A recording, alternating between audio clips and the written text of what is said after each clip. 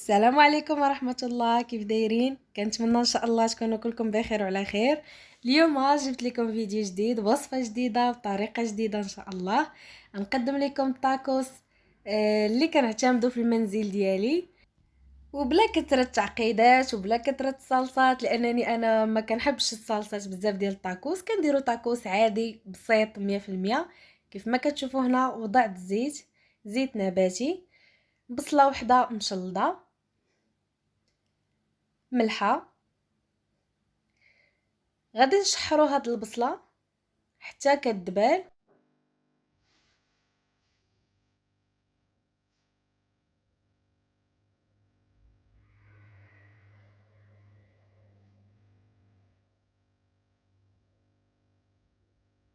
كنزيدوا عليها صدر ديال الدجاج.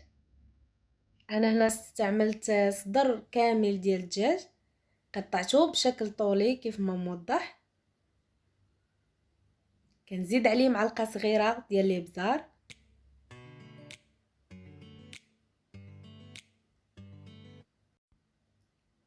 معلقه صغيره مع مراش ديال الكركم،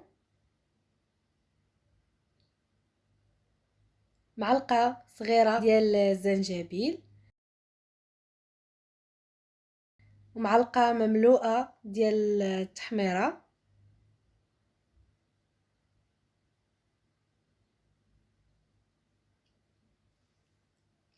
ومعلقه مملوءه ديال الموطارد، معلقه حتى لزوج معالق، ممكن تستعملوا معلقه كبيره ديال ياغورت طبيعي. هادشي علاش انا كنستغنى على الصلصات، ممكن تستعملوا اي صلصه كتحبوها.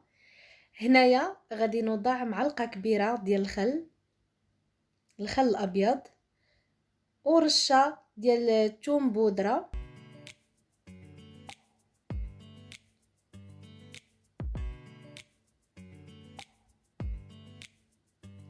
من بعد ما قلبت الدجاج مع العطريه اللي عملت غادي نخليهم يطيبوا على نار مهيله.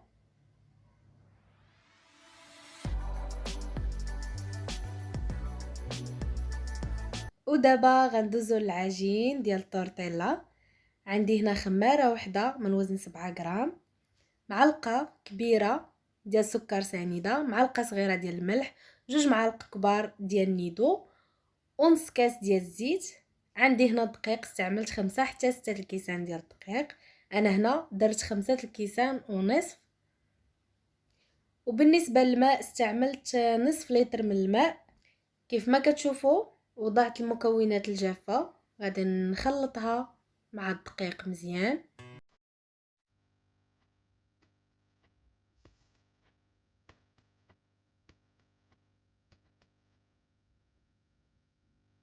غنضيف خميره من وزن 7 غرام،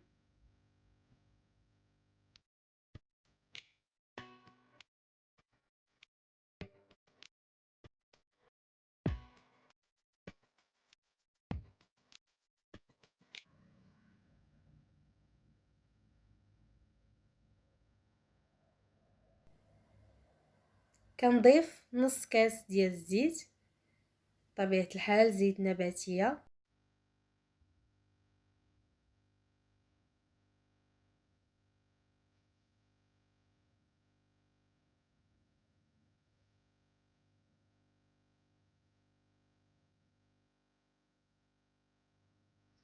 من بعد ما كنجمع هاد المكونات مزيان حتى كينسجموا مع بعضهم، عاد كنبدا نضيف في الماء شويه بشويه.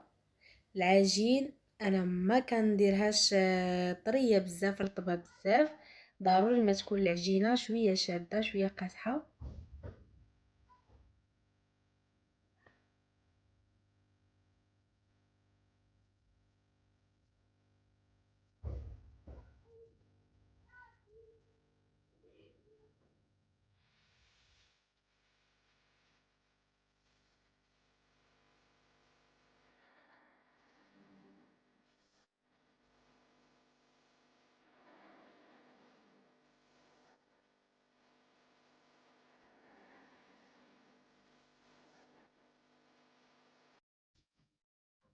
من بعد ما جمعت العجين كيف ما كتشوفوا غادي نوضعه في بلاستيك ونخليه يرتاح لمده ربع ساعه.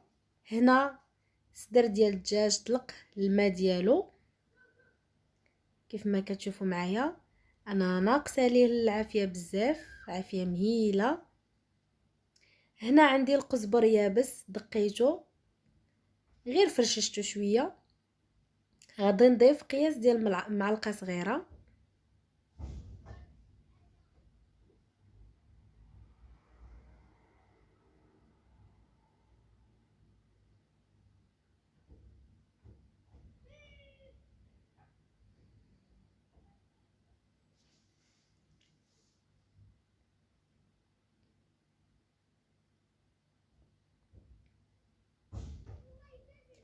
دابا عندي هنا سطح العمل او بلاطو او صينيه.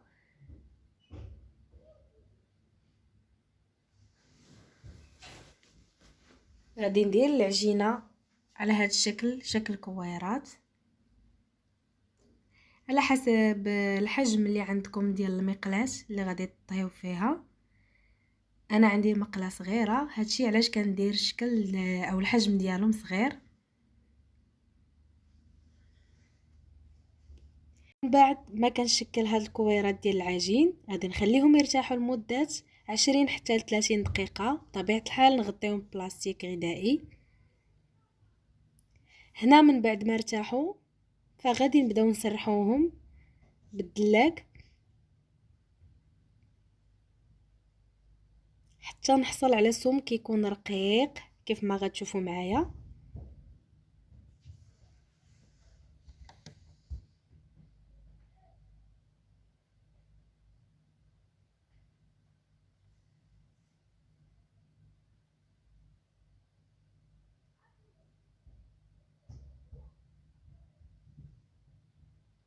كنتمنى يكون السمك واضح. انا كنطهي في مقله تكون خفيفه.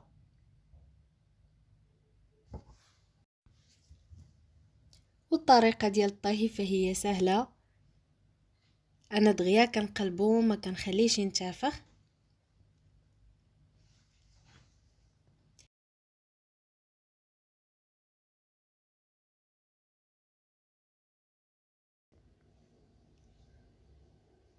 كيف ما كتشوفوا على هذا الشكل المعتاد عند الجميع. فالعجين من بعد ما كيطيب كيجي على هذا الشكل.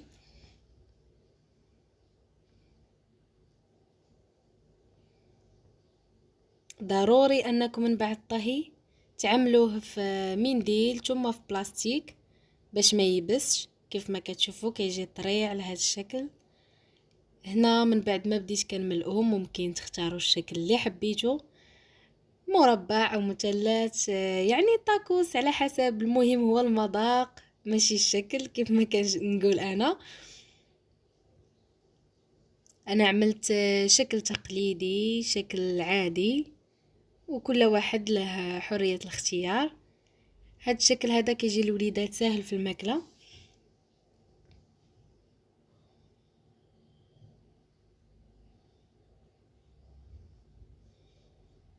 وهذا هو الطاكوس العادي التقليدي اللي كنعتمد في البيت ديالي بلا كثرة تعقيدات.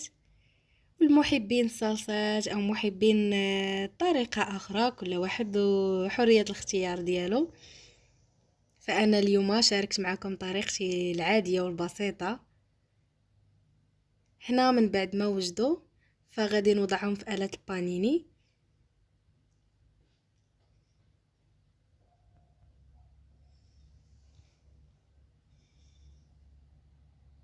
وهنا غيكون وجد لينا طاكوس ديالنا. كنتمنى ينال الاعجاب ديالكم ونتمنى تجربوا هاد الطريقه. وكنشكر بزاف المتتبعين ديالي القدام والجداد واللي عاد غيلتحقوا بالقناه ديالنا. وكنقول لكم شكرا بزاف على الدعم وعلى التعليقات الاكثر من رائعه. ونتمنى يزيد الدعم والتواصل ان شاء الله. شكرا على المشاهده.